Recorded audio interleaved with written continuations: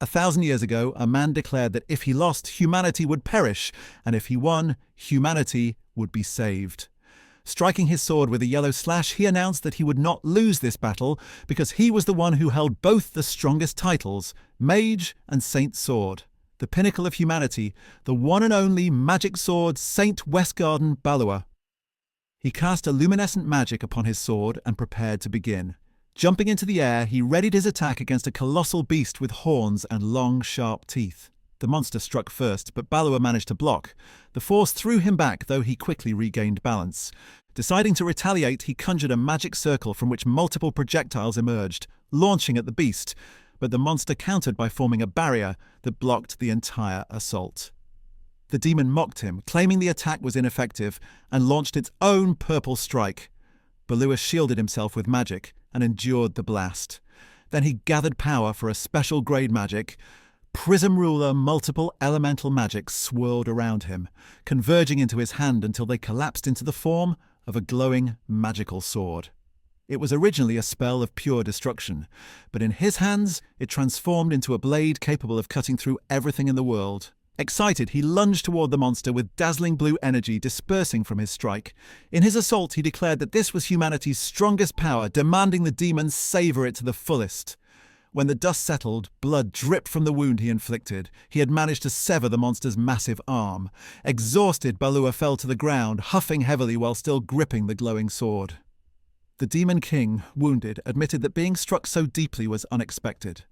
Balua, looking up at him, asked if that was meant as praise before leaping once more to continue the fight. The Demon King began charging a devastating attack in its mouth at the same time. Just then, robed figures appeared in the distance. Watching, one of them said that both the Magic Sword Saint and the absolute Demon King were now on the brink of death, and that this was their chance. Together they conjured a massive magic circle in the sky, and thunderbolts began to descend. One figure smirked wickedly, declaring that this was for the sake of the future 1,000 years from now. Channeling immense energy, they unleashed purple lightning infused with demonic power toward both Balua and the Demon King. As Balua and the Demon King prepared to clash, the robed figure's attack struck down from above. The Demon King recognized it in shock, while Balua screamed in confusion at what he saw. A massive explosion followed. Balua was flung into the air, his clothes torn to shreds, his body brutally injured. The Demon King too was gravely damaged, one side of his massive form obliterated by the blast. Bleeding heavily, Balua realized the attack was crafted with demonic magic power, and noted that even Giranher, the Demon King himself, had been fatally struck. But he could not comprehend who was behind it. He wondered if he was truly going to die here and questioned whether humanity would be saved or perish in his absence. Struggling, he raised his hand to the sky and swore once more that he was the pinnacle of humanity, the strongest Magic Sword Saint. Yet his last regret was that he wanted to protect humanity until the very end. With that, he died. 1,000 years later, at Direa Academy, a boy with orange hair held a red book as he pleaded for someone to stop. He was punched by a bully and thrown to the ground. The bully's friends mocked him, calling him too weak and pathetic. Approaching, the bullies sneered that magic and swordsmanship were supposed to be separate paths. One must dedicate their life to either discipline to reach the top, and only then could decent power be attained. Stepping on the boy's sword and book, the bully mocked him further, pointing out that he was trying to learn both, but could only use beginner-level magic and swing a sword like a weakling. Grabbing his collar, the bully laughed at his arrogance, but the boy answered that he admired the legendary Magic Sword Saint, who had once surpassed common sense by combining magic and swordsmanship. Shouting through his pain, he declared that he wanted to become someone who could protect many people. His name was Westgarden Direa, a second-year student at Direa Academy. Hearing this, the bully grew irritated and punched him in the stomach, insisting the Magic Sword Saint was only a legend. Kicking him again, he shouted that mastering both swordsmanship and magic was impossible for humans. Smirking, he challenged Direa to face reality and prove himself by hunting a monster if he was so serious about surpassing common sense. Bruised and bloodied, Direa clenched his fists and muttered to himself that he only needed to defeat a monster. He then ventured outside town, vowing that no matter how much ridicule he endured, his efforts would someday bear fruit. But when faced with a towering monster radiating blue energy, his body trembled in fear. He raised his sword, but the monster slashed him across the side, blood gushing as he fell to his knees. Severely wounded, Direa wondered if he would die in this place. Thinking of the Magic Sword Saint, he regretted that he wanted to protect people until the very end, but could not. The monster roared, closing in. At that moment, the sky lit with a radiant energy. From the statue of the Great Sword at Buried Academy, a colossal beam of light erupted upward before descending onto Direa's broken body. The monster recoiled in horror. From within Direa, the consciousness of the Magic Sword Saint awakened once more. He was shocked, realizing he should have been dead, yet he was alive inside another body. Healing his injuries, he confirmed that this body had magic power. Looking at the monster, he deduced it must have been the one to wound this vessel. The beast charged again, but Balua, now in Direa's body, conjured fire magic in his hand. He remarked that whoever stood before the creature now was not the same as before. With a devastating counterattack, he annihilated the monster, leaving it charred and lifeless. Scratching his head in confusion, the Magic Sword Saint, now alive in a new era, wondered just what exactly had happened to him. Tired from the ordeal of navigating the forest, the Magic Sword Saint, now in Direa's body, finally emerged. Gasping, he felt relief upon reaching the outskirts and stood in the middle of a bustling town. Observing his surroundings, he was struck by the refined clothing of the residents and the impressive cityscape. Compared to the era he had once lived in, civilization had clearly advanced. Sighing, he reflected on the truth.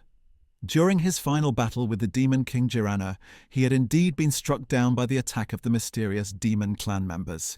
He had died, unable to fulfill his duty to protect humanity. His soul, bound by deep regret, had remained tethered to the world for an unimaginably long time. Considering the possibility, he thought that if time had continued after his death, several decades might have passed by now. Looking at the uniform of the body he now possessed, he realized its owner had been a student. If there was an academy nearby, it would be the best place to gather information. Deciding so, he set his course for Buried Academy. Buried Academy was one of the country's leading institutions, divided into two great departments, magic and swordsmanship. Arriving at its entrance, he stood before a colossal statue of a sword, at whose base rested a stone monument. Impressed at first, he soon froze in shock upon recognizing the figure carved into the statue. It was himself, the Magic Sword Saint. Crouching, he read the inscription. The monument commemorated the battlefield where the legendary Magic Sword Saint had fought the Demon King. He was shaken to realize that the very academy grounds stood upon what had once been an undeveloped wasteland. Clutching his head in disbelief, he struggled to accept that such growth had occurred in only a few decades. At that moment, he overheard students passing by. They casually mentioned that it had been exactly 1,000 years since the Magic Sword Saint defeated the Demon King. His shock deepened beyond reason. To the students, the saint's existence was nothing more than a questionable legend. For him, however, the realization was staggering. 1,000 years had passed, not a few decades. Confused, he wondered why his soul had reawakened after so long, and what had become of the original soul of Direa, the boy whose body he now inhabited. More troubling still, he remembered that he had not actually delivered the finishing blow to the Demon King. What of the demon clan who had interfered and killed them both? He resolved that he must investigate properly what had transpired during these 1,000 lost years. Before he could think further, the group of bullies from earlier appeared. Armed with staffs, they mocked him once more as the half-baked one. Turning to face them, he asked if they were speaking to him. They sneered that only an idiot would attempt both magic and swordsmanship. Their leader mocked him for running away from the forest, while he, confused, demanded who they were. At that moment, Direa's buried memories surged into his mind. Grabbing his chest, he understood everything. The boy whose body he now inhabited had been mocked for admiring the Magic Sword Saint, beaten down when he tried to prove them wrong, and gravely injured because of them. Balua could not ignore such cruelty. Declaring that he remembered everything, he stepped forward. Introducing himself with confidence, he announced that he was Direa Westgarden, a second year in the magic department, and that in this era he would become the new Magic Sword Saint. The bullies burst into laughter, mocking his claim as impossible for someone so weak. But their amusement quickly turned to aggression as they launched an attack together. Calmly charging luminous energy into his hand, he promised to go easy on them, just enough to avoid killing them. A magical sword formed in his grip, and with both hands he raised it high, declaring his disdain for their unsightly bravado. In a single swift strike he unleashed his power. Two of the bullies were sent flying backwards, flung helplessly through the air. The leader froze in shock at the overwhelming display. Balua told him that the pain Direa had endured from their fists and kicks must have been far worse than what they had just felt. Terrified, the bully's thoughts betrayed his fear. He could not comprehend what was happening. But before he could react, Balua lunged once again. With the glowing luminescent sword in his hands, he declared that this was the swordsmanship of the so-called half-baked one they had mocked. His blade cut downward in a direct vertical slash, releasing a surge of blue energy that repelled outward in a violent wave. The bully, gripping his staff, tried to block the attack, but it was flung from his hands instantly. The MC pressed forward, striking again at his sides. The bully shrieked in pain before being launched across the courtyard, crashing heavily against a building wall. As he lay trembling on the ground, the MC approached him, calm yet intimidating. The boy shivered in fear as the glowing sword hovered close to his face. The MC declared that the only reason he was still alive was because he had gone easy on him. Otherwise, his life would have already ended long ago. Terrified, the bully crawled back against the wall, his body shaking uncontrollably. But instead of finishing him, the MC chose to spare him, stating that he would let him off with just this much. Shocked, the bully questioned him, asking why he was stopping now when this was the perfect opportunity to take revenge for all the humiliation he had suffered. The MC simply scratched his head and replied that the bully didn't understand. If he went too far, it would only sadden Direa. That was the kind of person Direa was. Confused and bewildered, the bully could only stare in disbelief. As the MC walked away through the academy grounds, he reflected on the name of this body. Direa Westgarden. Realization struck him. He too bore the name Westgarden. This boy must be a descendant of his own bloodline. Just then, a loud magical bell echoed across the campus, signaling the end of the lunch break. Students hurried back to their classes while a professor shouted for them to move along quickly. Watching the busy scene, the MC thought to himself how tough it must be to live as a student. But his musings were cut short when the professor pointed directly at him, commanding Direa to head for the magic training grounds and practice. Adjusting his glasses with a grimace, the professor sneered, calling him a dropout. The MC narrowed his eyes, realizing that Direa had not only bullies among his peers, but also enemies among the faculty. Still, he laughed to himself, eager to see how far magic had advanced in the 1,000 years since his time. Inside the training grounds, students were practicing spells. One boy, drenched in sweat, struggled to summon his magic before finally shouting the incantation. A crackling lightning ball shot forward and struck the dummy target, earning cheers from the surrounding crowd. They marveled at his success, praising him for hitting the mark. But the MC was unimpressed. He looked at the scene with disappointment, thinking that even children from his era had been more skilled than this. The decline of magic over 1,000 years was far worse than he had expected. The professor then turned to him mockingly, asking why he was only watching from a distance and sarcastically adding that it was no surprise since he couldn't even use beginner-level magic properly. Smirking, the MC casually asked what level of magic the teacher himself could use. Puffing out his chest, the professor boasted that he had mastered all intermediate spells and could even cast advanced-level magic. He then went on to explain how magic was divided into 4 categories: beginner, intermediate, advanced, and special. But the MC paid little attention, thinking back to how, in the past, one wasn't even considered competent until they had mastered advanced-level magic. Muttering softly, he remarked on how weak modern magic users had become. The professor caught his words and demanded to know what he had just said. Without hesitation, the MC challenged him to a duel, saying he wished to experience the greatness of his advanced magic firsthand. The professor, insulted by the arrogance, called him a fool but accepted, saying this would serve as education. Students whispered in shock as the duel was set. Direa Westgarden, the dropout, was about to face off against a professor who could wield advanced magic. The teacher warned him of the difference in their abilities, but the MC simply smiled and said he was ready any time. With a wave of his hand, the professor summoned several grey magic circles. He announced that he would demonstrate an advanced spell rarely shown to students. Golden beams of energy erupted from the circles, streaking toward the MC in a barrage of flash bullets. But the MC didn't move. He stood calmly as the dazzling projectiles approached, then with a single stroke of his hand, shattered the spell completely. The professor's eyes widened in disbelief at what had just happened. The MC smirked, stating that this was more than enough. Since they had come this far, he decided to show something special in return. Blue energy radiated from his hand, swirling into intricate, glowing circles. A powerful aura engulfed the field as he prepared his attack. Declaring that there was absolutely no contest between them, he prepared to unleash a spell that no one in this age had ever seen before. 2 massive blue magic circles appeared, gushing out overwhelming energy. The teacher, stunned, shouted in disbelief that it was impossible. Smirking, the MC unleashed his special class Magic Asia. Violent swirls of blue energy surged outward, tearing across the ground beside the teacher, leaving the battlefield scarred. In the aftermath, the professor stood limping in fear. The MC calmly asked what was wrong, then mocked him, saying that if he thought he was about to be struck directly with special class magic, he was mistaken. Pulling a silly expression, he raised his hand and reminded everyone that it was just a duel. He wouldn't go that far. But then his face turned deadly serious, as he warned the professor that if he continued looking down on him, the next attack might not miss. The teacher, shaken, tried to maintain composure, but admitted that he now recognized the MC's strength, conceding that his magic had indeed surpassed his own. The students erupted in chaos. They murmured in shock, wondering if Direa's magic had truly surpassed their teacher's, calling his power insane.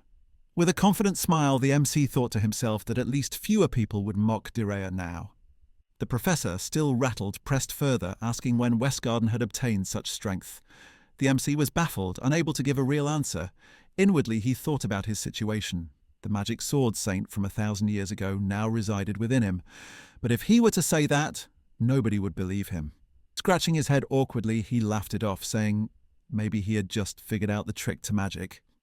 The professor grew agitated, refusing to accept it. He argued that no simple trick could make someone stronger than him, noting that whether in skill or magical power, the MC had completely changed overnight. The MC could only give a hesitant laugh in response. Deep down, he reflected that his knowledge and skill had indeed been passed down from his past life. Magical power wasn't bound strictly to the body, it was tied to the soul. He truly felt like a different person now. But still, how could he explain such a drastic change in just one day? While he struggled with this dilemma, strange sounds suddenly echoed from the distance. A massive swarm of monsters appeared, creatures with a mix of bird-like features and humanoid forms, covered in purple feathers with sharp claws. Staring at them, the MC realized he had never seen monsters like these before. They weren't native to this region. Charging luminous golden electricity into his hand, he launched a devastating attack, piercing one of the creatures through the chest. Its body was charred and fell lifeless from the sky. The MC dismissed it as nothing but a weakling. The swarm retaliated, launching icy projectiles from their wings. The MC destroyed their attacks effortlessly with a fire spell, scoffing at the idea that such weak magic could ever bring him down. Meanwhile, panic spread across the academy grounds. Students screamed in terror and ran for their lives. Confused, the MC wondered why they were so panicked. To him, a magician should easily be able to handle monsters of this level.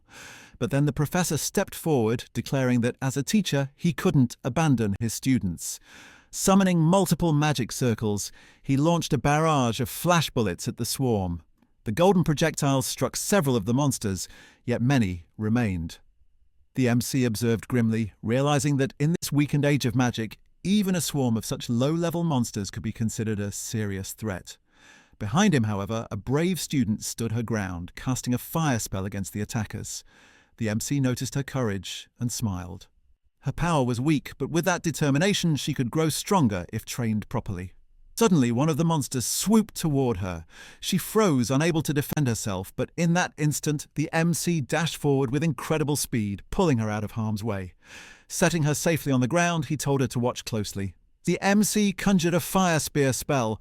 Multiple flaming arrows materialized around him, glowing brightly as they aimed at the swarm above. With a smirk, he declared that with the right training, even such a spell could become the strongest magic. Aiming his attack, the Magic Sword Saint declared that once he unleashed his full power, there would be no turning back.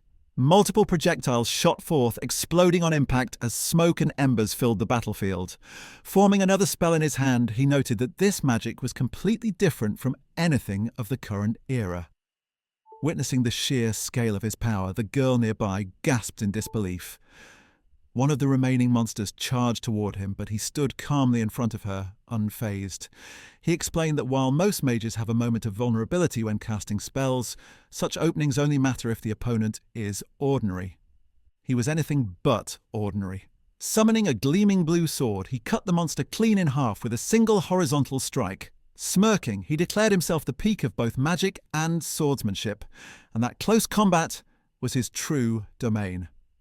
Leaping high into the air, he unleashed Skydance Tempest, moving swiftly and gracefully. He sliced through dozens of monsters in mid-air before landing amidst a field of corpses. Standing tall, he remarked that even in his new body, the battle was effortless. Both the teacher and the girl who had witnessed it were left awestruck by his overwhelming strength. Later, inside Beriad Academy's library, he sat among piles of books, exhausted and sore. Complaining about the pain coursing through his body, he realized he hadn't noticed it during battle, but it worsened over time. Unlike before, his movements were sluggish, and he concluded that he needed training to regain his former sharpness. He decided to finish his research first, then prepare a proper training plan. While going through history books, he noticed something troubling. Records consistently claimed that the Magic Sword Saint had given his life to defeat the Demon King Giranher, after which the demon race was driven to the edge of the continent.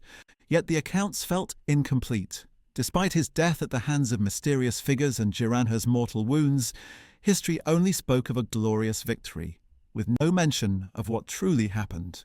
Puzzled, he wondered where they had disappeared to, and why no further attacks had occurred, for scratching his head in frustration, he admitted he couldn't make sense of it. As he left the library, he encountered the red-haired girl from earlier, practicing magic alone. She was visibly dissatisfied with her results. When he approached, she greeted him and explained that the Academy's training grounds were closed due to lingering monsters. She bowed, thanking him sincerely for saving her before, regretting that she hadn't been able to express it properly then. "Curious?" she asked, when he had started practicing swordsmanship as well, admitting that his sudden growth had surprised her. She then confessed her own frustrations. Despite training hard, her progress was painfully slow. With a sad expression, she wondered if she had been born with unusually low magical capacity, which explained why even beginner-level spells felt impossible for her. Hearing this, the Magic Sword Saint asked for her hand. Startled but compliant, she offered it, blushing as he gently held it. Closing his eyes, he channeled magic into her body to sense her power. His eyes widened in shock. Her magic power was overwhelming, immense, nearly unmatched, though still less than his own. In his past life, he had rarely seen someone of such caliber. He explained that her problem wasn't a lack of magic, but the opposite. Her magic was so vast she couldn't control it. Astonished, he asked her name. She looked disheartened that he had forgotten and replied that she was Celis. With a confident smile, he told her that with her power she had the potential to cast special class magic. Celis was shocked and laughed, denying his claim. She said it couldn't be true, that she had no talent at all, and even her teachers and classmates told her the same. The protagonist disagreed, saying that it wasn't her weakness, but that others were too weak to see her real strength. Celis shook her head, saying it was impossible, that she was just a failure. At that moment, the protagonist cut her off and asked if she wanted to stay weak or become strong. Celis hesitated for a moment, then shouted that she wanted to become strong. The protagonist smiled, telling her that this was the spirit of a mage. He explained that she had a huge amount of magic power, more than she realized. Beginner-level spells didn't work for her because she was pouring too much energy into them. He then said that controlling magic takes skill and beginner spells would take time to master. But there was another option, special class magic, which didn't need fine control. Celis was surprised, saying she had heard only the headmaster could use such advanced spells. The protagonist joked that this meant she was already at the same level as the headmaster.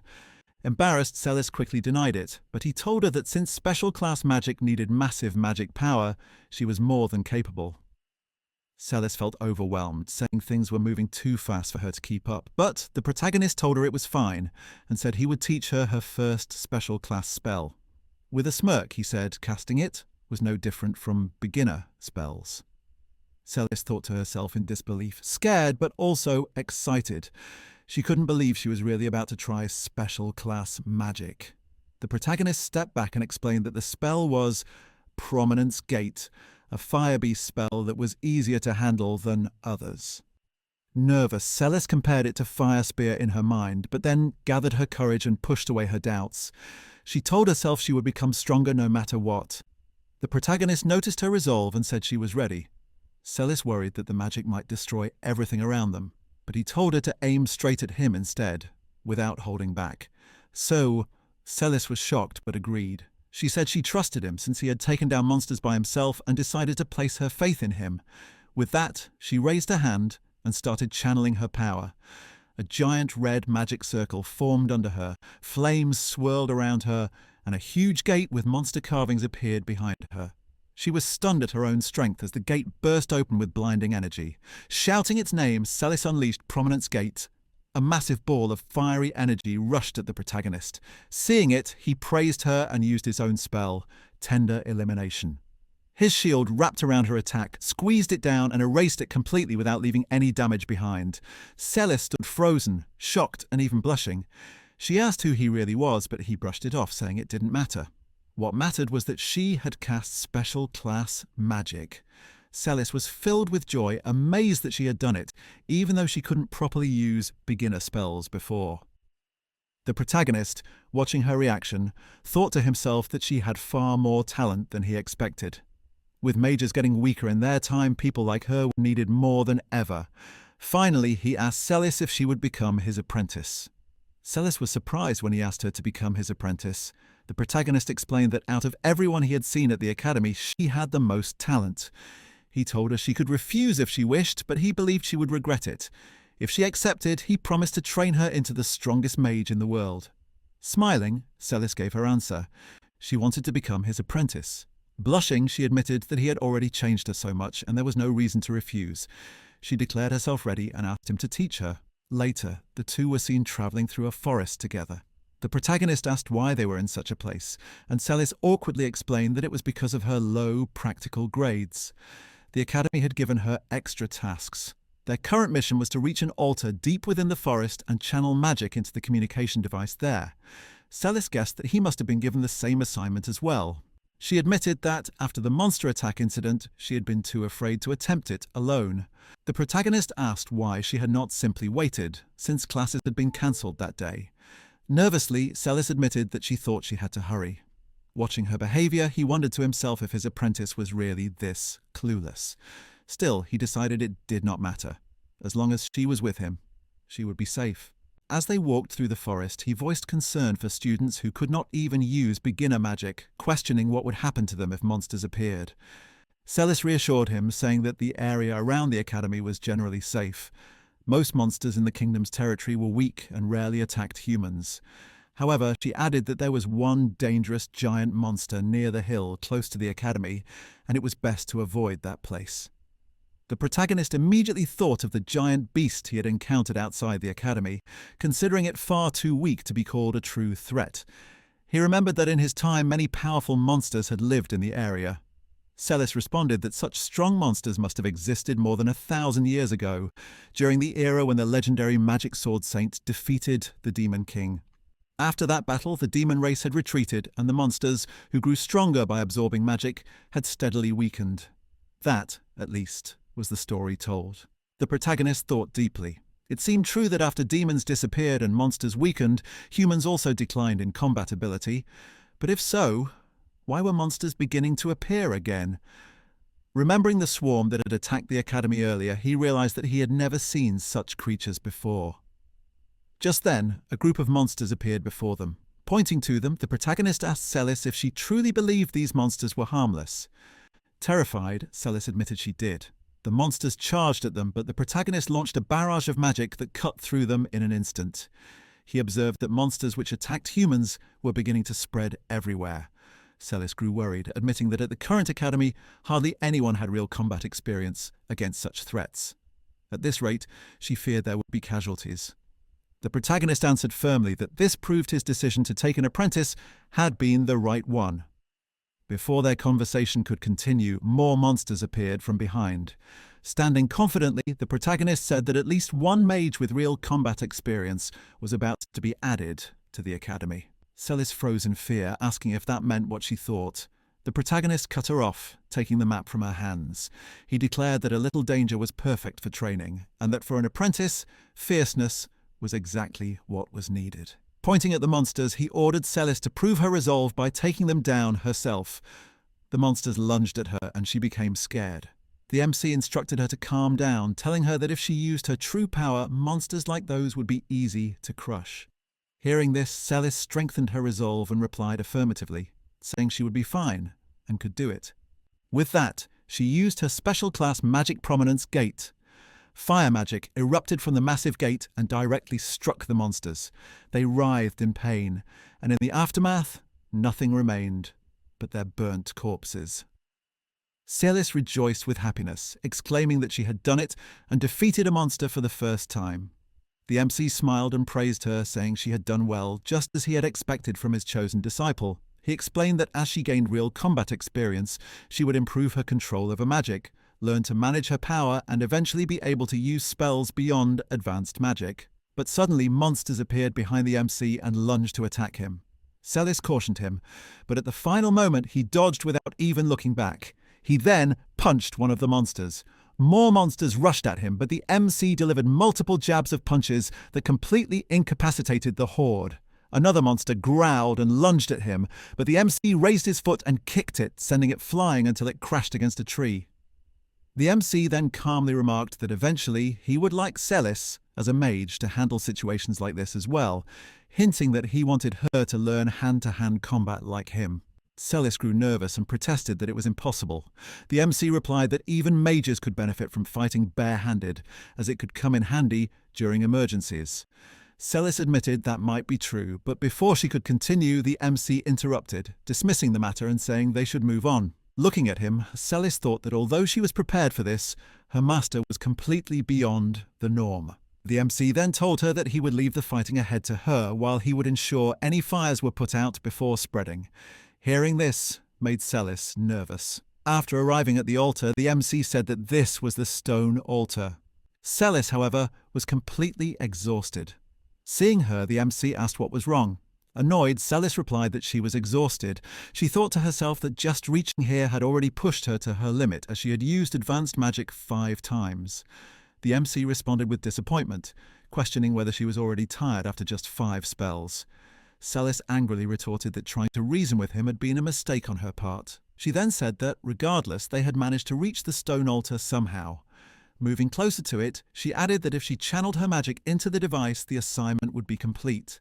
But just then, the MC realized something and quickly instructed Celis to stop. A shadowy figure moved at super speed toward them. It leapt above the MC and landed in front of Celis. It was a massive wolf-like monster with horns, sharp teeth, and scale-like structures across its back. The monster growled violently in front of Celis, frightening her. The floor tiles ruptured under its pressure, throwing Celis back, but the MC rushed to her and caught her before she could fall. Looking at the monster, the MC thought to himself that even mages from 1,000 years ago would have struggled against it. He realized it was far too much for Celis to handle, and he would have to take it down himself. The monster growled and charged an attack. It lunged at the MC, but he drew his magic sword and blocked the strike. The monster then used its power to lift broken tile fragments from the ground. Seeing this, the MC smirked and noted that it was using the fragments of the ground it had shattered as weapons, calling it a skillful move. The monster hurled the fragments toward him, but the MC dodged and shouted to Celis that while he held it off, but when he looked at her, she was already channeling her magic to attack. The MC smiled, thinking she hadn't run away last time either. Celis continued channeling her magic, admitting to herself that she still wasn't confident her attacks would work. Her body trembled, and she thought she should probably run, but she resolved not to, because her master was watching. The monster launched tile fragments at her, but the MC intercepted with an attack, declaring that since his disciple was giving her all, he would remove everything in her way. Sliding in front of the monster, he told her to now show her courage and unleash her full-force attack. Celis launched her spell and declared that she was going to use Prominence Gate. A huge burst of fire magic struck the monster and the beast screamed in pain. The energy then passed through and also activated the altar in the process. Huge dust and smoke erupted from the blast. Seeing this, Celis muttered that she had somehow managed to defeat it. The protagonist walked over and assured her that she had done well, and now no one would dare to call her a failure anymore. Celis smiled faintly but replied that since no one from the academy had seen her defeat the monster, they would probably think she was lying. The protagonist, however, pointed out that even if people doubted the monster, Celis's reputation would still change. The altar suddenly glowed with bright magic. The protagonist explained that the altar was in fact a magic transmission device for the assignment. It worked by sending the magic channeled into it directly to the academy, and since magic carried faint traces of its caster, the academy could easily identify who had completed the task. Smirking mischievously, he then posed a question. What would happen if advanced level magic struck the device? Celis stiffened in fear and guessed that all of the magic power from such a spell would be transmitted directly to the academy. The protagonist laughed, confirming she was correct. Immediately after, a massive burst of energy surged from the altar, completely destroying it in the process. The protagonist smirked happily at the sight, while Celis, trembling, panicked and cried that she would definitely be scolded later. The enormous energy that erupted from the altar struck the giant sword monument of the academy, collapsing onto it with overwhelming force. In the aftermath, Celis was being scolded harshly by the teacher, while the protagonist was already making a run for it. Nervously, Celis tried to explain that there was a reason behind everything, but the teacher pointed to the monument and snapped that no matter the excuse, there was no justification for burning a sacred monument. Celis apologized. The teacher sighed heavily and remarked that if the legendary Magic Sword Saint were alive, what would he say about this?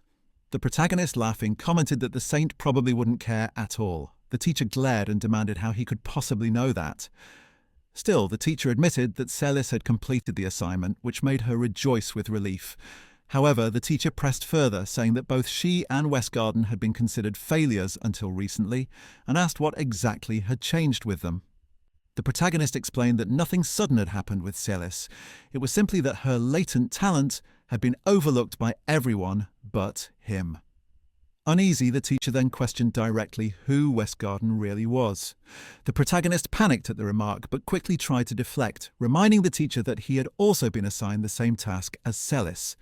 Since the device was now in pieces, however, he had not been able to channel any magic into it. The teacher angrily scolded him, saying that he was already well aware of his abilities and that the protagonist was exempt from the assignment. He added that if Westgarden had seriously tried to complete the task, he would have probably destroyed the monument as well. Yet, while the teacher was still speaking, both the protagonist and Celis had already slipped away. Realizing this, the professor screamed angrily that the discussion was not over. Meanwhile, the protagonist cheerfully suggested they go and check the public's reaction. As they moved through the academy, they overheard the students whispering. Some whispered that he was the mage who had defeated the monsters attacking the academy, while others said that the girl with him apparently possessed an incredible amount of magical power. The protagonist remained calm and relaxed at the gossip, but Celis blushed shyly, clearly embarrassed. Some students also muttered that she was the one who had burned the monument, which made her even more flustered. The protagonist smiled at her reaction, pointing out that the positive rumours were spreading well, while Celis laughed awkwardly, admitting she still felt uneasy about it. Just then, a commotion arose nearby. A group of girls were fawning over a certain boy who entered the area. That boy walked straight toward the protagonist and addressed him by name. Celis whispered nervously that this person was none other than a famous genius swordsman from the academy. The boy then introduced himself formally as Flem Riker, a third-year student of the swordsmanship department. He explained that he had a rather complicated situation but wished to spar with the mage who had saved the academy, Direa Westgarden. The MC asked why Riker wanted to spar with him. Riker explained that the Supreme Swordsmanship Council was concerned about the recent monster attack incidents. They were displeased that the person who had saved the academy was a magician. As a result, they had ordered him to spar with that person and demonstrate that he was more capable, proving it to everyone around.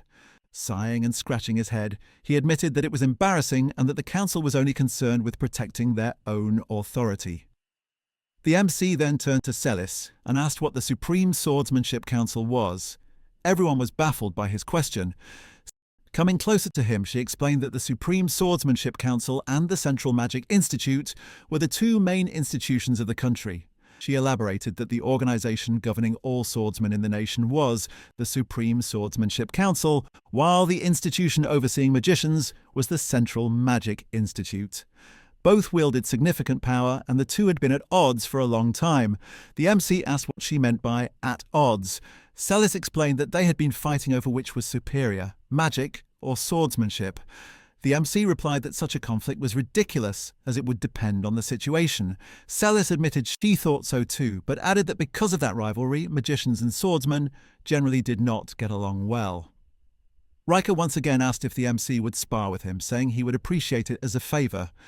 The MC agreed, thinking to himself that it was a good opportunity to gauge the current level of swordsmanship, though, since they were in conflict with modern magicians, he didn't have high expectations.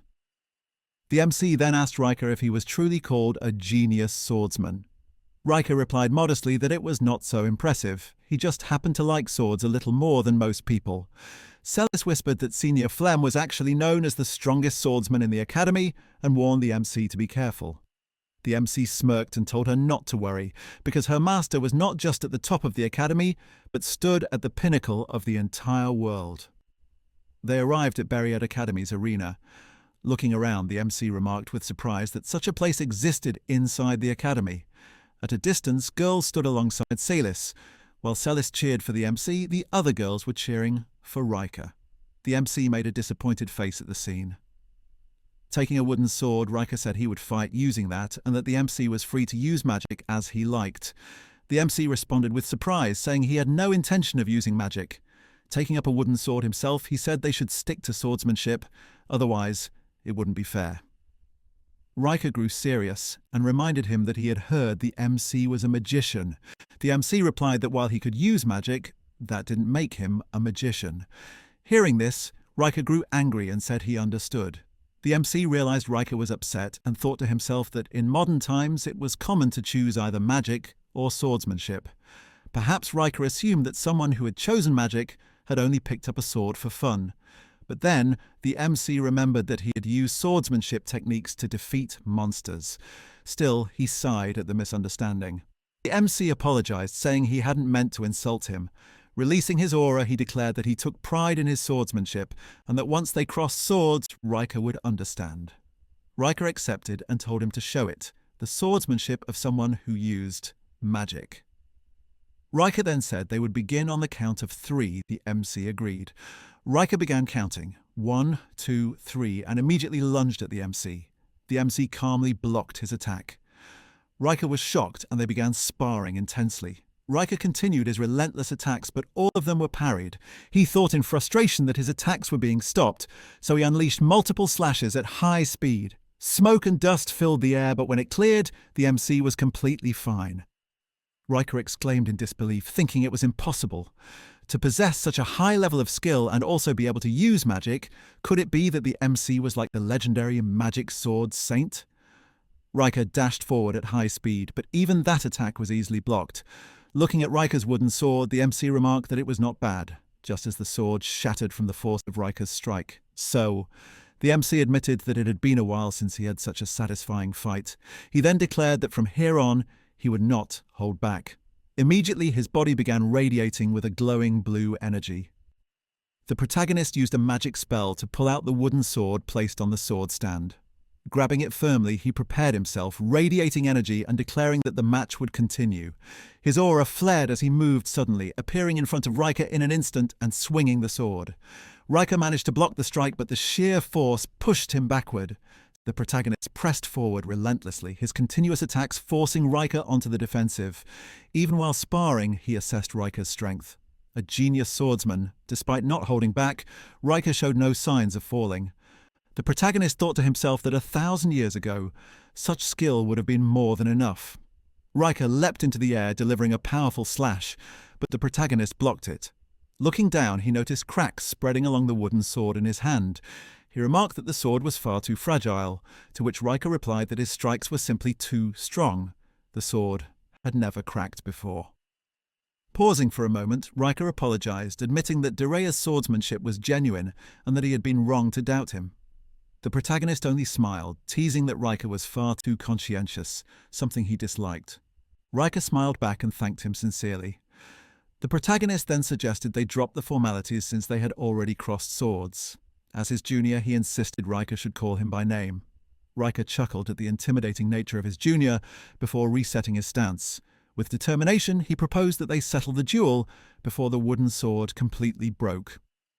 "Excited," the protagonist agreed, taking his own stance.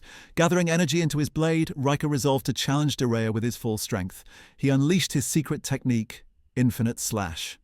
From a single swing, countless slashes erupted, surging straight toward the protagonist. The attack was overwhelming, far beyond a normal student's level, yet the protagonist remained calm. For him, if he couldn't read such attacks, he would never be worthy of calling himself the Sword Saint.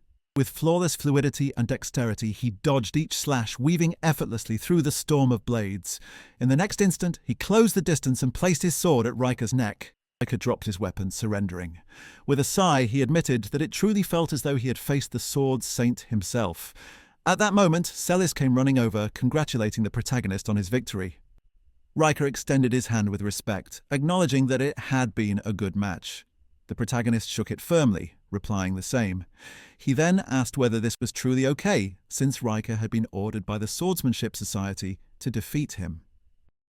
Riker admitted that the Supreme Swordsmanship Society would indeed be furious if it became known he had lost in swordsmanship to someone who also wielded magic. Raising his hand with a sigh, he remarked that he might even face expulsion for this. The protagonist, however, dismissed such divisions, calling the conflicts between magic and swordsmanship foolish. He mused that it would be far better if there were a faction that embraced both paths equally. With confidence, he declared that he himself would create such a faction. Celis looked visibly stressed at his bold proclamation, while Riker asked curiously what exactly he planned to create. The protagonist answered without hesitation, a new faction, one that did not discriminate between mage or swordsman. Even Riker was surprised by the conviction in his voice. Enthusiastically, the protagonist proclaimed his vision. Whether one wielded magic or swordsmanship, it did not matter. A new faction would rise, and he would be the one to create it. Morning light fell across MC's face, waking him from sleep. Rising from the bed, he looked into the mirror and thought that he was still in this body today. While getting ready, he reflected that several days had passed since he had inhabited Direa's body, and there was still no sign of Direa's soul returning. Later, sitting on a park bench and eating, MC muttered that ever since waking up after 1,000 years, far too many things had already happened. Even finding his own room had been a struggle. Now that classes were resuming, the academy was bustling with activity. As he walked through the compound, MC recalled what Celis had told him. Since he had inhabited Direa's body, monsters had started mutating and becoming violent. They needed to find the cause quickly and come up with countermeasures. To truly fight these monsters, both mages and swordsmen had to be trained from scratch and trained together. But the ongoing conflict between magic and swordsmanship was nothing but a hindrance. With that in mind, he had decided to create a new faction. However, negative rumors about him were already spreading. MC wondered if he had made the wrong move. Inside the classroom, Celis greeted him warmly and invited him to sit beside her. Around them, students whispered, calling him a heretic, ridiculing his idea of a faction without conflict between magic and swordsmanship, and dismissing it as impossible. MC grew irritated that the gossip continued even in class. Frustrated, he suddenly stood up and shouted at the students in the back, telling them to stop being so noisy. Celis quickly encouraged him, reminding him that the students weren't bad people, but that his methods had been too conspicuous. At that moment, the teacher entered the classroom, commenting on the lively atmosphere. He announced that classes would now resume since the chaos from the monster attack had finally settled, and urged everyone to work hard to make up for the delay. He began teaching, drawing on the board, and said that today's lesson was deeply connected to their status. The topic was the influence of the two major organizations, the Central Magic Institute and the Supreme Swordsmanship Society, on society. MC groaned in boredom, annoyed that of all topics it had to be that one. The teacher continued, explaining that mages essentially belonged to the Central Magic Institute. Those affiliated had their talents recognized and received generous treatment from the state. The same, he said, applied to swordsmen in the Swordsmanship Society. MC realized that in this era, both mages and swordsmen were considered people of high status. That was why everyone feared expulsion from their organizations. Still, he thought to himself, he hadn't given up hope for new mages. Turning to Celis, MC asked if it was really okay for her to help him, warning that she would be targeted by the Central Magic Institute. Celis simply smiled, saying she would be fine. Without his guidance, she would have been expelled as a dropout anyway. With confidence, she declared that she would follow the master she believed in to the ends of the earth. Then she nervously glanced behind them, admitting she was more worried about Rika being there. Rika was indeed approaching another student, speaking about MC's faction. Celis tried to stop him, warning that showing his face in such a suspicious gathering could put his position in danger. But Rika brushed her concerns aside, saying he wasn't fond of being bound by authority anyway. He admitted that he probably wouldn't escape punishment for failing to meet the Swordsmanship Society's expectations, so he might as well act as he pleased. For that reason, he was in a position to support Direa. MC scratched his head, pointing out that with just 3 of them, they couldn't accomplish much. Suddenly, he enthusiastically suggested that Rika persuade his fans to join as well, but Celis objected, insisting that reckless actions against the 2 major organizations could ruin people's lives, so recruitment had to be done carefully. MC reluctantly agreed. Just then, a voice called out, addressing Westgarden and his companions. MC looked in anticipation, thinking it might be students wanting to join his faction. Instead, a group of stern individuals appeared. They declared that his actions had been deemed a negative influence on the academy and that the principal was summoning him immediately. They were there to escort him. The group seized MC, Celis, and Rika. Celis panicked, shouting for MC to run, but MC calmly instructed her to stay composed. Smirking, he remarked that this was a good opportunity. It was time to see the face of the academy's top. 3 of them appeared before the principal. With a serious tone, the headmaster introduced himself as Rudolfin Garfwelm, principal of Beriad Academy. The protagonist noted that the principal was a mage and, with confidence, asked if the principal was dissatisfied with his actions. His bold tone provoked anger from one of the teachers, who shouted at him to stop being disrespectful. But the principal raised his hand, stopping the outburst. The principal calmly explained that while magic and swordsmanship were indeed in opposition, both sides had maintained a delicate balance. He pointed out that although the teachers of magic and swordsmanship might not be friendly with each other, they still cooperated to preserve the fragile peace. Fixing his gaze on the protagonist, the principal warned that his reckless actions could disrupt this balance. The protagonist smirked and dismissed the concern as meaningless. Magic and swordsmanship, he argued, were nothing more than tools, means for humanity to fight and protect what truly mattered. To raise those tools to the level of authority and to be bound by them, he said, was absurd. The faculty members erupted in outrage, calling him insolent, yet the principal only gave a faint smile. At that moment, the doors suddenly burst open. A first-year student rushed in, panicked and breathless. Apologizing, he shouted that his classmates, who had been taking a lesson in the swamps outside the academy, were being attacked by a giant monster. Trembling with fear, he explained that he had barely escaped, while many students and teachers were still scattered in the swamp. With tears in his eyes, he begged them to help. Without hesitation, the protagonist moved towards the exit. One of the teachers demanded to know where he thought he was going. He shot back with a sharp side glance, saying it was obvious. He was going to save the first-year students. Celis looked at him with admiration, while Rika smiled knowingly, remarking that this was just like him. The teachers, however, tried to stop him, insisting that experienced instructors would be dispatched instead, and that he would only get in the way. But the protagonist declared firmly that he knew the strength of the academy better than anyone. There were no teachers stronger than him, so he was the most certain choice to go. The faculty retorted angrily, accusing him of arrogance, demanding that he stay behind and reflect on his actions. But the protagonist cut them off, his body radiating energy, and thundered that if they considered authority more important than the lives of their students, then they were unfit to be teachers. The room fell silent. Then a calm voice spoke up. Professor Reimer stepped forward. He admitted that he too understood the irritation caused by the boy's attitude, but declared that he would personally vouch for him. Westgarden, he said, was the strongest in the academy, even stronger than the teachers assembled there. Chaos erupted. The faculty shouted in disbelief, demanding how such a claim could be made, but the principal interjected, his face turning grave. He directly asked Reimer if his statement included himself as well, the principal of the academy.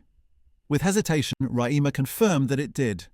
The room fell into stunned silence. Slowly, the principal stood up. To everyone's shock, he bowed deeply to the protagonist, entrusting him with the rescue.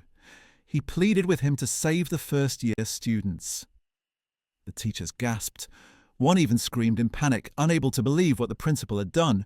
But the headmaster explained that over the past days, monsters had begun to display abnormal power. In this situation, they needed the strength of Direa Westgarden. The protagonist, confused, asked if the principal did not dislike him, but the headmaster winked and replied that as principal he had merely stated general opinions. He could not recall ever saying that he personally disliked him. Hearing this, the protagonist and his friends laughed in satisfaction. The principal added that he would send combat-capable teachers to assist, urging the protagonist not to push himself too hard. The boy nodded in acknowledgement. As the group departed on their mission, the teachers remained speechless, shaken by the turn of events. One of them voiced concern, but the principal reassured him. He remarked that the barriers between magic and swordsmanship would eventually crumble, just as they had in the era of the legendary Magic Sword Saint. The protagonist and his group finally reached the swamp area. Riker observed that the creature which had attacked the first-year students was supposed to be a giant monster. Before them lay massive footprints, pressed deep into the ground, confirming its presence.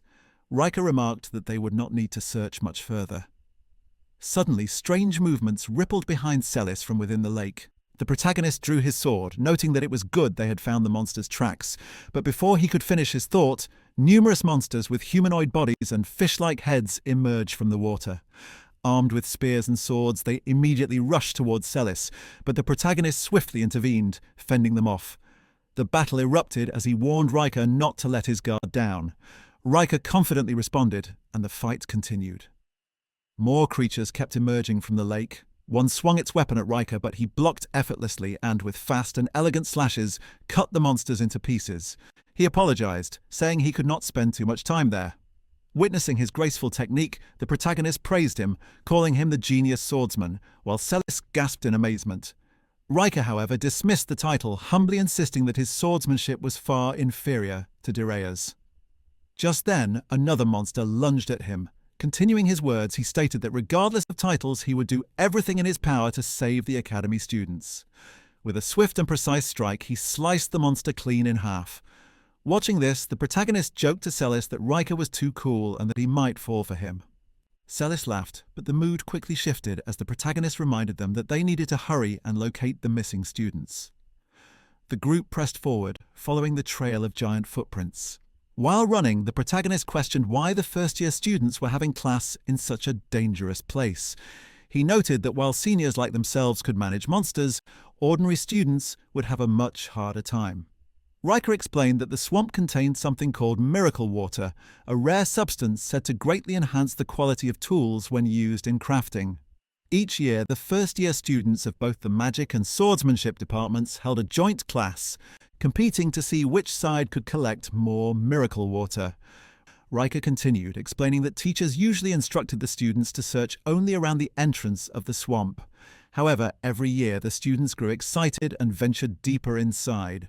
The protagonist acknowledged that under normal circumstances this would not have been an issue, but this time the students had encountered dangerous monsters and were being relentlessly chased. As the group ran along a trench, a sudden ambush caught them off guard. Massive numbers of fish-headed monsters appeared, leaping from above to attack. The protagonist charged forward to intercept. Celis warned him about the absurd number of enemies, and even Riker shouted that such recklessness was dangerous. But with a confident smirk, the protagonist told them to just wait. Standing in the center of the horde, he unleashed his full might. His sword danced through the swarm, cutting monsters into pieces. Using magic alongside his blade, he blasted groups away, striking with elegance and precision. He leapt into the air, conjuring ice magic that froze the enemy's movements. With another spell, he summoned massive ice pillars that pierced through their bodies. Finally, channeling fire magic into his sword, he swung once, releasing a massive wave of flames that engulfed the monsters, obliterating them completely. Riker, watching in awe, thought to himself that against Direa he truly did not feel like he could win. With the battlefield cleared, the protagonist calmly sheathed his sword. Smiling back at his companions, he remarked that now they could finally pass through. Elsewhere, in another part of the swamp, a group of first-year students were desperately running for their lives. A towering monster with a muscular humanoid body pursued them. Wielding a massive club, it swung relentlessly, smashing through the trees and earth as it chased the terrified students. Running desperately from the monster, one of the students screamed in panic, asking what the giant was. Another cried out that there was nowhere left to run. They were cornered against a dead end as the massive creature caught up, its towering frame looming over them. Terrified and frozen in fear, the students braced for death. The monster swung its enormous weapon to strike them down, but at the last moment the protagonist appeared, blocking the attack head-on. Both the monster and the students stood in shock. With a commanding tone, the protagonist scolded the beast, saying it was going too wild. Looking around, he quickly assessed the situation. Most of the remaining students and teachers in the swamp had only sustained minor injuries. Smiling confidently, he declared that once the culprit was defeated, the case would be resolved. The monster attacked again, its weapon crashing down, but the protagonist blocked it effortlessly. The students gasped in awe. One of them smirked at his mage classmates and mocked them, claiming that swordsmen were stronger and that mages were useless in such situations. Hearing this, the protagonist sighed. Turning his back to the monster, he walked towards the students, terrifying them. He lectured that it didn't matter whether one used swordsmanship or magic. What mattered was solving the problem in front of them. As he spoke, the monster launched another strike, but at the final moment he raised a shimmering magic shield, stopping it in its tracks. The students were stunned to see him wield both sword and magic. Disappointed, the protagonist explained that if each individual was inexperienced, then it was even more important to cooperate using both swordsmanship and magic. He pointed at the arrogant student, telling him to watch closely. He would now demonstrate how to fight cooperatively. Before claiming authority, he warned, they should at least learn proper skills. Then, turning back to the battlefield, he waved his hand and called out for his senior. From behind the giant, Riker appeared, sword drawn, and delivered a powerful slash across the monster's shoulder. He acknowledged the protagonist's call with a calm, "Understood." The giant retaliated with a massive swing, but Riker dodged just in time. The protagonist pointed this out to the students, emphasizing that even for a genius swordsman like Riker, it was difficult to dodge the giant's relentless attacks. Immediately after, he cast a binding spell, chains of magic restricting the creature's movements. He explained that with the aid of magic, they could create an opening. Riker seized that chance, unleashing his ultimate technique, Infinite Slash. His blade cut through the giant in a storm of strikes. Blood spewed from the monster's mouth as it collapsed heavily to the ground. At that moment, Celis ran up to the protagonist, reporting that the injured had been treated and the evacuation was nearly complete. He thanked her, while Riker suggested they should return soon as well. Celis's eyes fell on the fallen giant, and she asked if this was the rumoured monster. The protagonist confirmed it seemed so, and asked why she was curious. Celis explained that its appearance, with massive clubs in both hands, reminded her of an old legend about the Mist Giant, a tyrant of the swamp said to be untouchable. The protagonist looked suspiciously at the defeated beast, commenting that it seemed to go down rather easily for a so-called legend. But suddenly, while still lying on its back, the monster slammed its two clubs together with a deafening crack. It let out a roar as a burst of energy erupted from its body. The student screamed in fear, panicking and demanding to know what was happening. The giant, still on the ground, began inhaling heavily before exhaling a dense, thick mist that blanketed the entire swamp. Visibility dropped to 0 in an instant. Riker exclaimed that the mist didn't seem poisonous, but Celis panicked, unable to see anything around them. Out of nowhere, the giant launched a sudden strike at the protagonist. Though caught off guard, he barely managed to block the attack, staggering back under its weight. Grinning with excitement, he declared that round 2 was about to begin. So, the giant launched a barrage of swings from both sides, forcing the protagonist to block each strike. He immediately noticed that its movements were far sharper than before, realizing with tension that among all the monsters he had encountered in this era, this one was the strongest. The giant inhaled deeply, drawing in the mist. Its eyes bulged, veins crawling across its face as it released a devastating power attack. The protagonist narrowly dodged, analyzing that the creature was gaining strength by absorbing the mist. Even if he wanted to stop it, the number of emission points was far too many. Sealing them all was impossible. Suddenly the giant vanished from sight.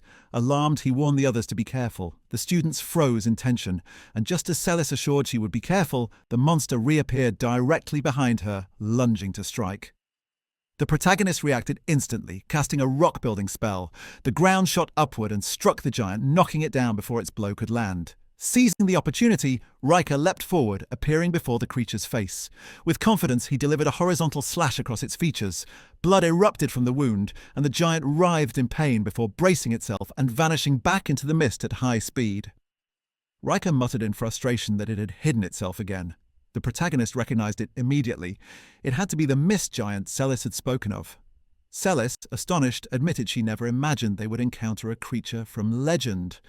The protagonist's expression hardened as he explained that a monster feared in legends, long thought defeated by ancient mages, had suddenly resurfaced. He pressed Celis for more details, and she recounted that the mist giant was once called the Tyrant of the Swamp and had been destroyed long ago. The protagonist pieced the truth together. The giant must not have truly perished. It had merely barely survived and gone into suspended animation, hidden in the swamp until recent times. Its sudden awakening was most likely tied to the recent surge of violent, ferocious monsters. Reflecting grimly, he compared the giant to himself, an ancient being roused from a 1,000-year slumber. In his mind, they were alike, both remnants of the past awakened into a new age. He dashed forward at high speed, clashing head-on with the monster. The giant swung its weapon, and their strikes collided in a deafening impact. Gritting his teeth, the protagonist acknowledged that if it truly came from ancient times, its immense power made sense. With force, he managed to drive the creature backward. Yet again, the giant inhaled the mist, growing stronger. Puzzled, the protagonist wondered why absorbing mist enhanced its combat ability. At that moment, Celis noticed the ground bubbling. The mist was carrying miracle water, gushing out with it. She exclaimed her realization. The protagonist recalled that tools crafted with miracle water had heightened performance, though the substance never affected humans. That meant the giant's body possessed a unique constitution, one that grew stronger by absorbing its components. With a strained grin, he admitted that if he had his original body, the fight would have been different, but battling in Direa's form was far tougher. The giant charged again, but this time Riker intercepted, delivering a series of swift consecutive slashes to hold it back. He called out to check if the protagonist was all right. The protagonist apologized, asking Riker to keep the monster busy a little longer while he prepared a trump card.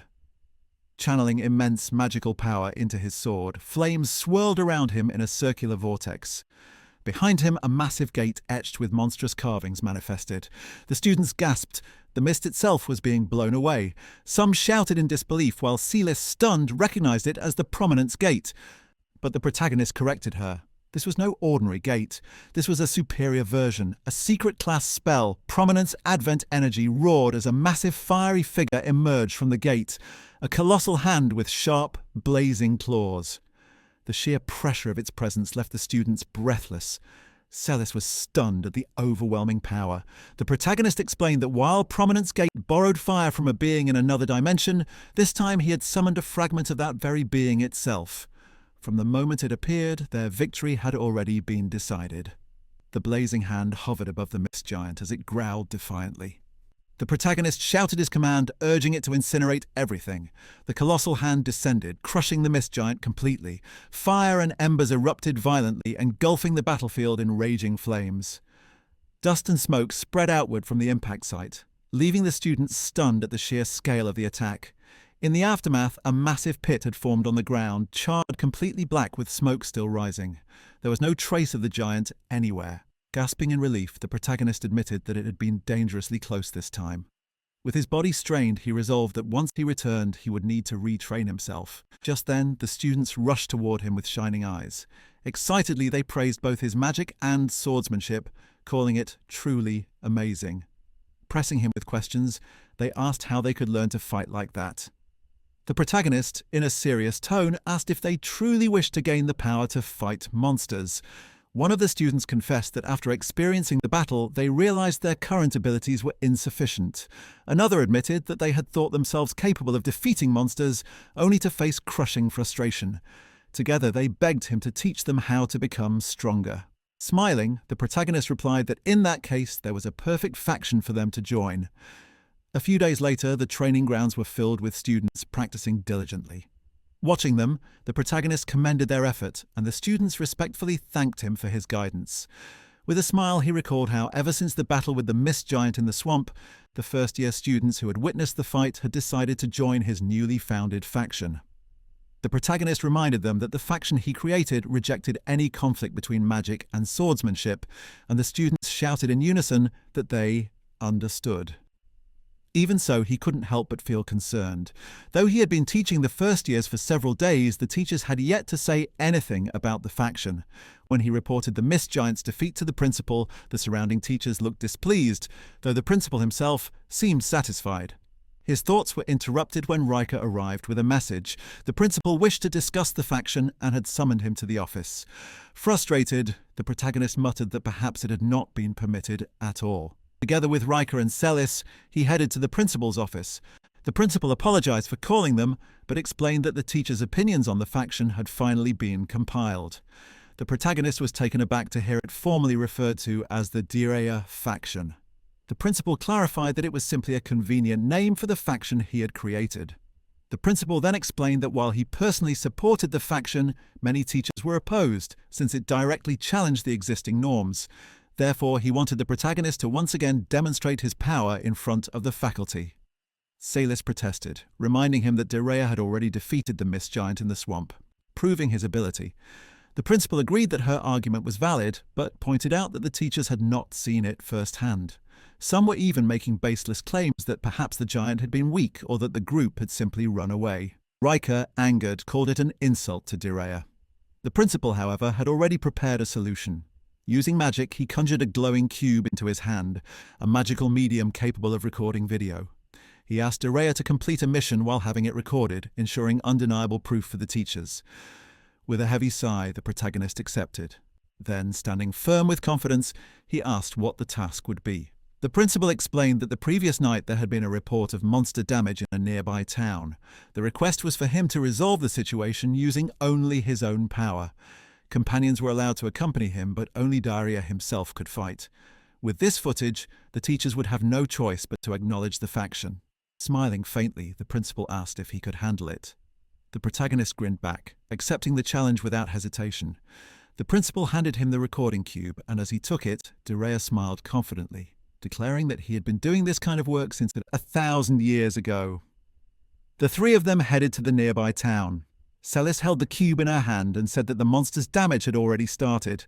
When they reached the town, everything was burned down. Houses were destroyed, the ground was black, and the whole place looked lifeless. The protagonist said the destruction was worse than he had thought, while Riker was shocked that a single monster could burn an entire town.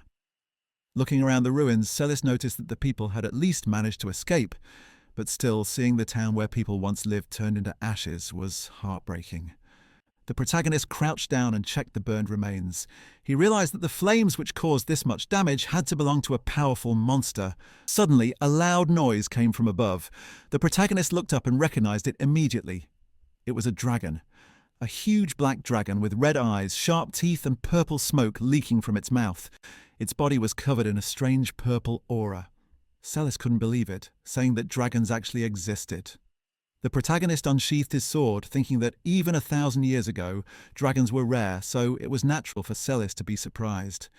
But for such a creature to appear here in human lands meant something terrible was happening. The dragon prepared to attack, but just then a giant griffin swooped in and struck the dragon from the side. The two monsters began clashing in the sky. Celis raised her crystal to capture the scene and muttered in shock. Riker remembered hearing that in this region a griffin had lived for a long time, protecting the people like a guardian. High above, the griffin slashed the dragon with its claws, making blood gush out. It then turned around and spread its wings, releasing a green beam of magic that shot at the dragon. The dragon fought back, breathing dark fire, a mix of red, purple, and black flames. The fire tore through the griffin's magic and flew straight at it. At the last moment, the protagonist shot into the air at incredible speed, leaving a bright trail of magic behind him. He blocked the dragon's flames and smiled calmly, saying he would help the griffin. Turning towards the dragon, he declared that since it had harmed humans, he would show no mercy. With that, he flew at high speed and sliced the dragon's chest, cutting it in half. The dragon let out a terrible scream. The protagonist turned back and told the griffin its enemy was defeated. But suddenly, a blast of dark energy rushed toward the griffin. Panicking, the protagonist tried to stop it, but he wasn't fast enough. The attack hit the griffin, setting its body on fire with dark red flames. Screaming in pain, the guardian beast fell from the sky. The protagonist realized there were more dragons. Seeing the griffin fall, his anger exploded. Bright blue energy burst out of his body as he shouted in rage. He asked what the griffin had done to deserve this and said he knew well the pain of being unable to protect something precious. His fury only grew stronger, and huge waves of power poured out of him, lighting up the entire sky. Even the dragons began to hesitate. Celis, watching in fear, admitted she had never seen him like this before. The dragons prepared to attack, purple light glowing in their mouths, but before they could release it, a huge explosion went off above them. Celis and Rika shouted his name in panic. When the smoke cleared, he was still standing, his aura heavier than ever. Looking at the dragons, he declared that no matter how strong their kind might be, he was the one they could never defeat. With that, he dashed forward at incredible speed, leaving a blazing trail of energy as he charged straight at them. The fight reached its peak as the MC lunged at one of the dragons and sliced its neck like a snake, killing it instantly. The dragon screeched and fell from the sky. Seeing this, another dragon came charging at him. With anger in his eyes, MC muttered that only 2 were left. The dragon released a stream of dark red fire, but MC moved at high speed and appeared behind it. Purple energy surrounded him as he cast the special class magic life crash. The dragon was slammed straight into the ground with a huge crash, the area around it breaking apart. It was killed instantly. The last dragon flew at MC at full speed. MC closed his eyes and took a sword stance. Right as the dragon reached him, he used his ultimate sword technique, instant life annihilation. A bright blue light shone from his blade as he slashed, cutting the dragon cleanly in 2. Its body fell from the sky while MC calmly sheathed his sword. Watching him, Rika exclaimed that Direa's power was almost frightening. Celis agreed nervously, relieved that he was her master and not an enemy. The battle over, MC descended back to the ground. Celis and Rika came to him, and Celis said she had perfectly recorded the fight with the dragon species. MC nodded, remembering that recording was the main goal. Celis then spoke sadly about the griffin. With a serious face, MC said that before returning to the academy, he wanted to visit the griffin one last time and say goodbye. Smiling gently, he asked them to come with him. 3 entered the forest and found a trail of blood. Celis wondered what it was, and Rika explained it must be from the dying griffin dragging itself. MC grew worried and asked where it had gone with its badly wounded body. Following the trail, they reached a giant tree. Beneath it was the griffin, badly injured, lying in its nest. MC ran to it, but then noticed something. Despite its condition, the griffin had been protecting an egg. Lifting the egg gently, MC realized it would hatch soon. Rika asked what he planned to do with the egg. Smiling, MC replied that the answer was obvious. He would raise it. Looking at the griffin, he promised to protect its child no matter what. Hearing those words, the griffin gave a faint, satisfied smile, relieved that its egg was safe. Moments later, it passed away peacefully. As evening came, they gave the griffin a proper burial. Back at the academy, the principal reviewed the recording of MC's battle with the dragons. He said that with this evidence, he could convince the teaching staff and officially allow the activities of Direa's faction. Celis and Rika smiled in relief. Still, the principal warned that not everyone would be pleased, and that would be a challenge for the future. Then he asked about Westgarden's whereabouts. Celis and Rika smiled awkwardly, and Celis explained that the griffin's egg was about to hatch, and Westgarden had told her to file the report instead. Meanwhile, MC sat in front of the egg waiting excitedly. The egg started cracking and he encouraged it happily, cheering for it to come out. At last the shell broke and a small baby griffin appeared. MC shouted with joy. It was born.